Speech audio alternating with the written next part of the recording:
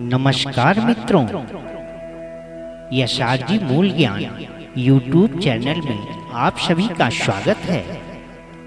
आइए मित्रों, आज हम जानते हैं कि गंगा में स्नान करने से धुलते हैं पाप।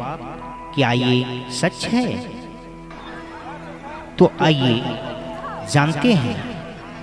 एक समय शिव जी महाराज माता पार्वती के साथ हरिद्वार में घूम रहे थे।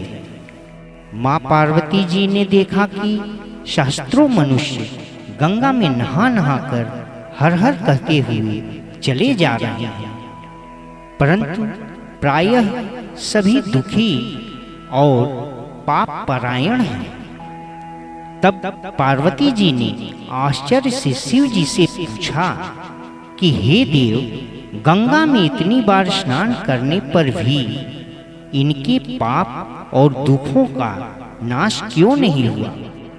क्या गंगा में वह सामर्थ्य नहीं रहा? तो शिव जी ने कहा, हे प्रिय, गंगा में तो वही सामर्थ्य है, परंतु इन लोगों ने पाप नाशनी गंगा में स्नान ही नहीं किया, तब इन्हें लाभ कैसे हो? तब पार्वती जी ने आश्चर्य से कहा कि गंगा में कैसे नहीं स्नान किया?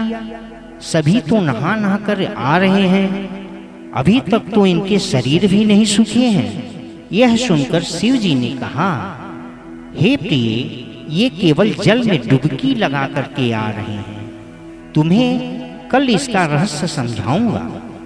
दूसरे दिन बड़ी जोरों से बारिश होने लगी, गलियां कीचड़ों से भर आई।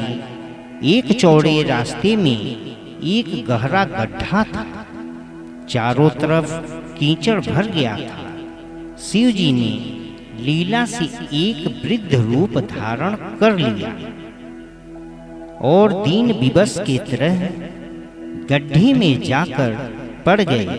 जैसे कोई मनुष्य चलता चलता गड्ढे में जाकर गिर पड़ा हो और निकलने की चेष्टा करने पर भी निकल ना पा रहा हो।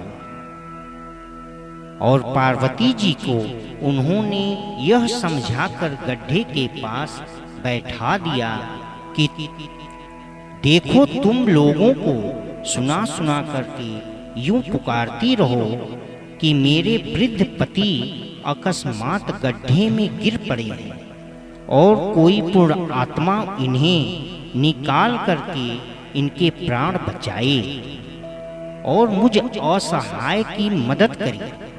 शिव जी ने यह और समझा दिया, जब कोई भी गड्ढे में से मुझे निकालने को तैयार हो, तब इतना और कह देना कि भाई मेरे पति सर्वथा निष्पाप हैं, इन्हें वही मनुष्य छुए जो स्वयं निष्पाप हो। यदि आप निष्पाप हैं तो इन्हें हाथ लगाइए, नहीं तो हाथ लगाते ही आप भस्म हो जाएंगे। पार्वती जी तथास्तु कहकर गड्ढे के बगल में बैठ गए और आने जाने वाले लोगों से शिव जी की सिखाई हुई बात कहने लगे। गंगा में नहाकर लोगों के दल आ रहे थे। सुंदर युवती को यूं बैठा देख कईयों के मन में तो पाप आया, तो कई लोग लज्जा के डर से डर गए। कईयों को कुछ धर्म का भय हुआ, कई कानून से डरने लगे। कुछ लोगों ने तो पार्वती जी को यह सुना दिया कि बुढ़े को मरने दे, क्यों उसके चक्कर में रोती हो। आगे कुछ और दयालु पुरुष थे, उन्होंने करुणावश युवती के पति को निकालना चाहा, परंतु पार्वती जी के वचन को सुनकर वे भी रुक गए। उन्होंने सोचा, हम गंगा में नहाकर आए हैं तो क्या हुआ, पापी तो हैं ही, कहीं होम करते हाथ ना जल जाए। बुढ़े को निकालने जाकर इस स्त्री के कथनानुसार हम स्वयं भस्म न हो जाएं। किसी का साहस नहीं हुआ। सैकड़ों आए, सैकड़ों ने पूछा और चले गए। संध्या हो चली थी। तब शिव जी ने कहा, हे पार्वती, देखा आया कोई गंगा में नहाने वाला व्यक्ति। थोड़ी देर बाद एक नौजवान हाथ में लोटा लिए हर हर कहते हुए उधर से निकल रहा था। माँ पार्वती ने उसे भी वही बात कही तो युवक का हृदय करुणा से भर आया।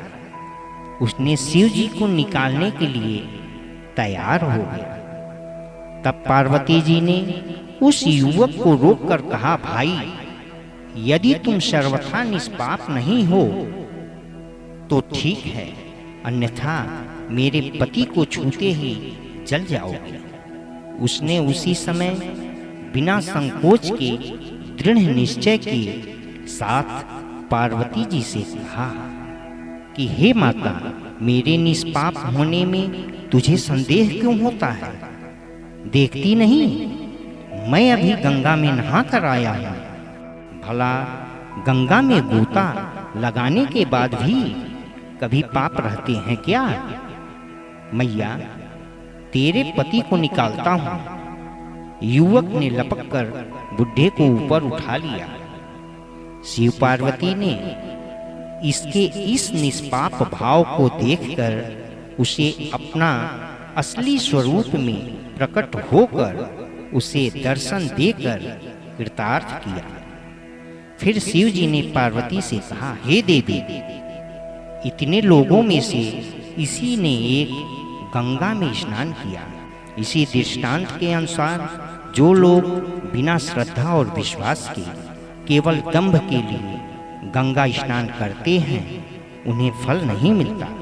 परंतु इसका मतलब यह नहीं कि गंगा स्नान व्यर्थ जाता है।